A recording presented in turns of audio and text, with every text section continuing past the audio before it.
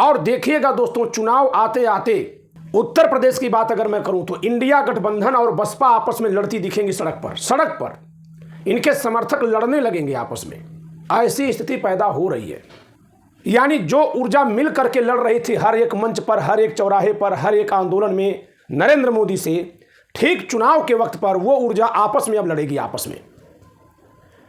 यह उस दूसरे फार्मूले से काम हुआ है कि हमारे साथ आओ नहीं तो दूर हो जाओ। हेलो दोस्तों, आप सभी का the logical Indian YouTube channel में बहुत बहुत स्वागत है।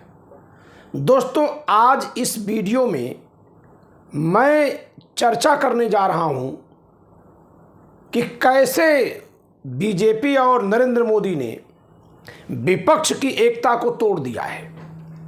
इसके लिए क्या क्या फार्मूले अपनाए गए हैं, कैसे कैसे उन फार्मूलों का प्रयोग किया गया, और जब जनता सड़कों पर है, जनता का हर वर्ग नाराज है सिवा उस वर्ग के जो गोदी मीडिया के प्रभाव में है,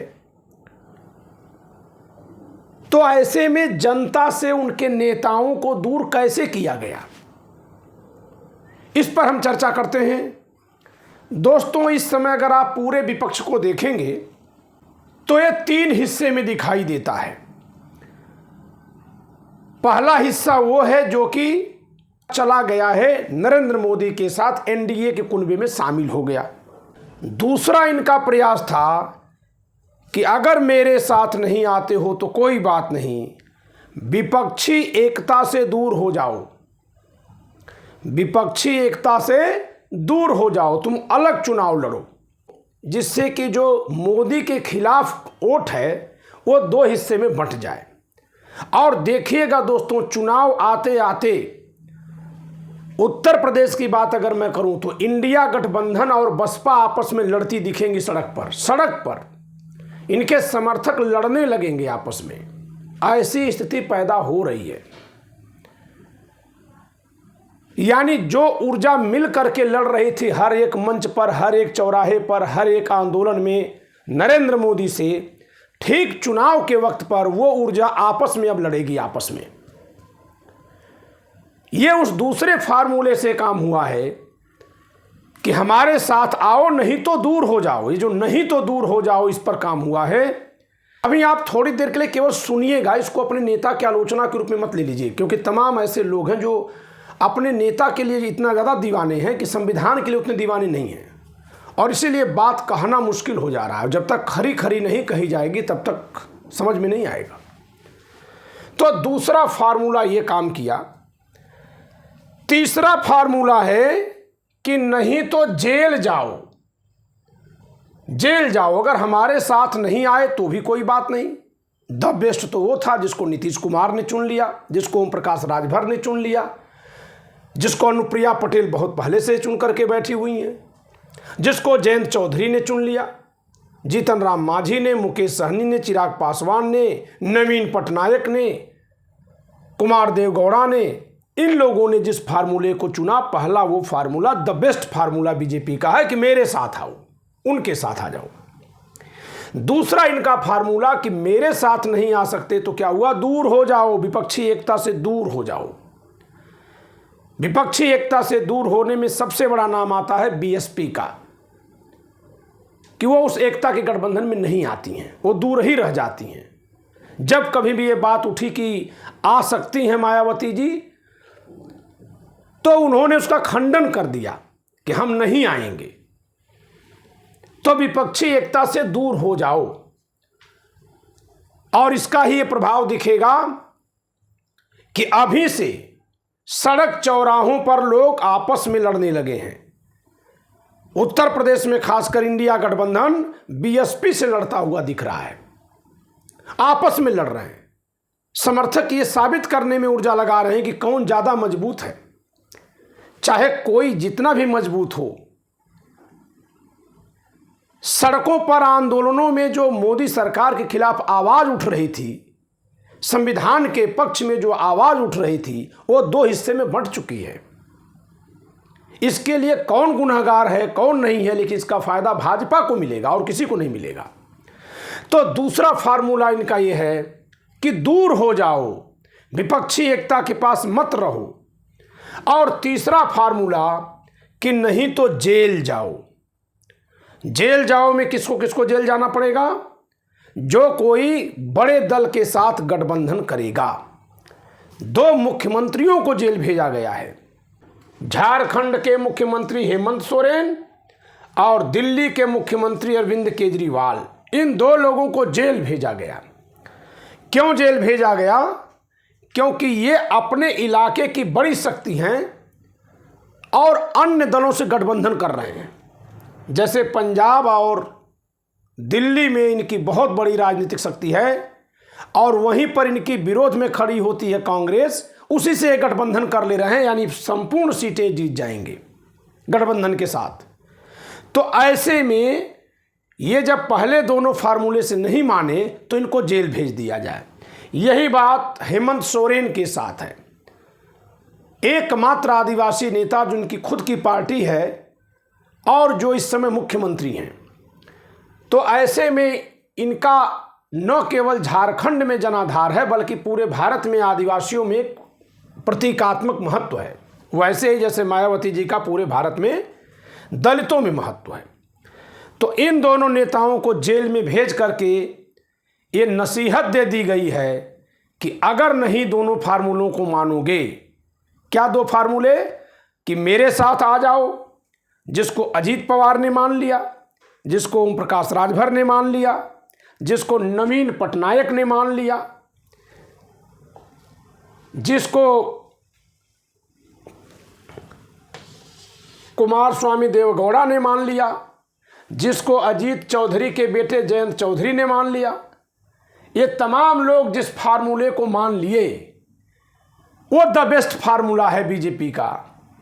नहीं आओगे तो फिर दूसरा फार्मूला है कि दूर हो जाओ, विपक्षी एकता के पास मत रहो, अपना अलग वजूद रखो, जिसको मान लिया मायावती जी ने सबसे बड़ी इस फील्ड में दिखाई देंगी। अब ये दोनों नहीं मानोगे तो फिर ये तीसरी बात कि जेल जाओ। और ये संदेश दिया गया है कि जिन लोगों ने इन 2 फार्मूलों को माना वे राजनीतिक रूप से समझदार हैं, क्योंकि जेल जाने से वो बच गए। ये मैसेज है सरकार की ओर से। अन्यथा जिस तरह के आरोप इन पर हैं, जिस तरह के आरोप इन पर हैं, क्या उससे कम संगीन आरोप मायावती जी पर हैं? अगर हम सरकारी ऑफिसेज में पड़ी फाइलों को देखें तो कदापि नहीं। क्या अजीत पवार पर कम संगीन आरोप है? कदापि नहीं। लेकिन नहीं, उनको तो डिप्टी सीएम बना दिया गया। हेमंत बिश्व शर्मा पर कम बड़े आरोप हैं। जी हां, केस चल रहे हैं, मुख्यमंत्री बना दिया गया। यानी 3 पॉलिसी, हमारे साथ आओ तो हम तुमको सुरक्षा, पद, हर चीज दे देंगे। हमारे साथ नहीं आना है तो विरोधी खेमे में मत रहो, दूर हो जाओ, अलग हो जाओ, वोट का बंटवारा करो, तो कम से कम तुमको हम जेल नहीं भेजेंगे। और अगर ये दोनों नहीं मानोगे तो फिर जेल जाओ, फजीहत झेलो। यानी साम दाम दंड भेद, इन चारों की रणनीति पर चला जा रहा है। साम दाम दंड और भेद। अभी आप देखिएगा दोस्तों, जो कोई भी पार्टी विपक्षी एकता के साथ न खड़ी होकर के अलग लड़ रही है, थर्ड फ्रंट पे लड़ रही है, उसका प्रचार बहुत तेजी से होगा। बहुत सारे नेताओं के बयान होंगे, खासकर उन नेताओं के जो जबड़े में फंसे हुए हैं, चाहे गलत या सही तरीके से। जेल से बाहर निकालने के एवज में उनसे बयान दिलवाए जाएंगे, जिससे कि मतदाताओं को लगे कि मोदी के खिलाफ ये वाली शक्ति ताकतवर है जो गठबंधन है, या ये वाली शक्ति ताकतवर है जो अकेले लड़ रही है।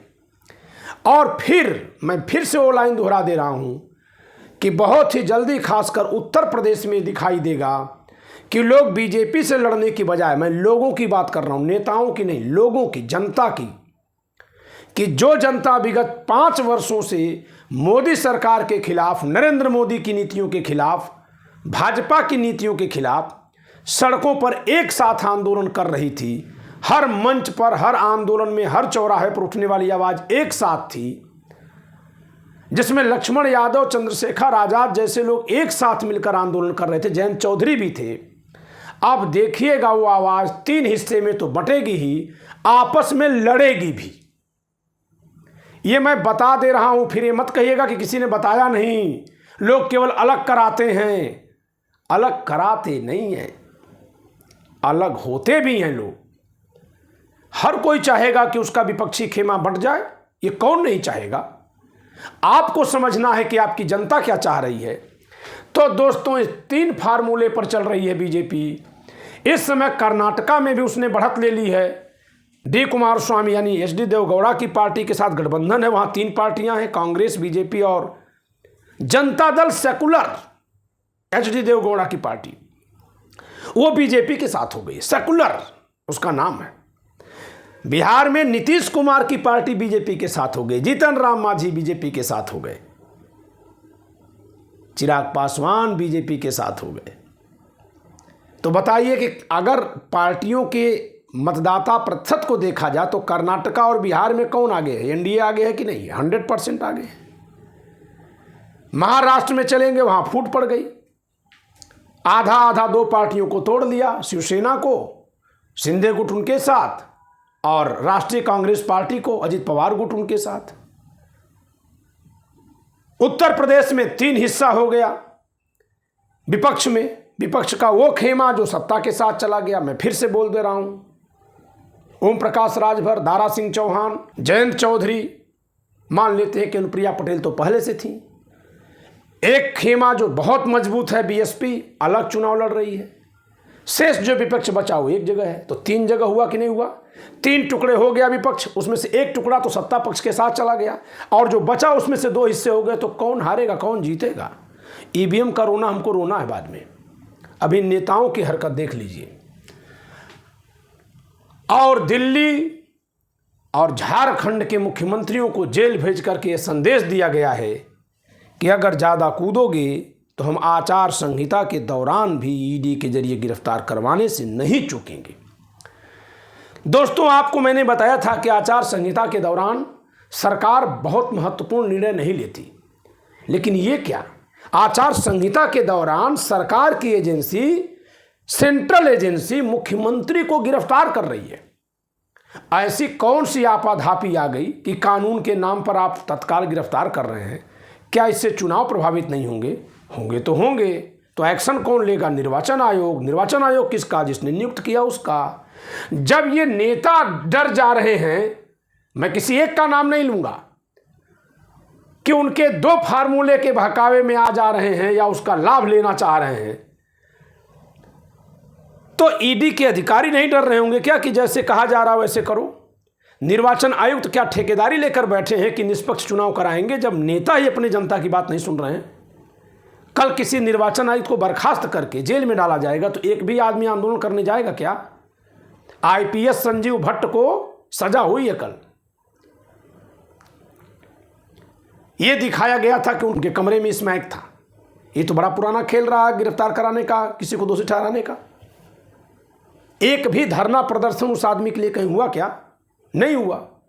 किसके लिए होता? नेताओं के लिए। लेकिन नेता डर जा रहे हैं तो कोई क्या करेगा? तो आज के वीडियो का मकसद ये है कि मैं आपको ये बता दूं कि कैसे देखा जाता है कि नेता के दिमाग में चाल कैसे चल रही है, और यही चीज चल रही है। देखिएगा कि जो पार्टी थर्ड फ्रंट के तौर पर लड़ेगी उसका सबसे तेज प्रचार होगा, सबसे ज़्यादा उसके तरफ से पंपलेट बैनर बन करके आएंगे व्हाट्सएप पे, सोशल मीडिया पर। अब ये कौन बताएगा कि कौन लिखवा रहा है, कौन छपवा रहा है, कौन बंटवा रहा है, टीम किसकी लगी हुई है? ये सब महसूस करने की बात होगी। हम आप इसमें कर क्या सकते हैं? कुछ नहीं। क्यों? क्योंकि हम लोगों को बंटना ही है अपने अपने नेताओं के हिसाब से, अपनी अपनी जाति के नेताओं के हिसाब से, अपनी अपनी पार्टियों के हिसाब से। तो हमें बांटने के लिए बीजेपी को क्या करना है? सिर्फ इतना करना है कि ऐसा माहौल बनाओ कि जनता कंफ्यूज हो जाए कि कौन सी पार्टी इसमें मजबूत है। विपक्ष की अगर 2 पार्टियां 2 खेमे लड़ रहे हैं तो कौन मजबूत है ये पता न चले। तो जो कमजोर होगा उसके तरफ डंडा से चंदा और धंधा से जो चंदा लिया गया है उसका बड़ा सा हिस्सा धन खर्च कर दिया जाएगा, प्रचार करवा दिया जाएगा। जनता भ्रमित, दो हिस्से में बंट गई। दोषी कौन, कभी चर्चा किया जाएगा।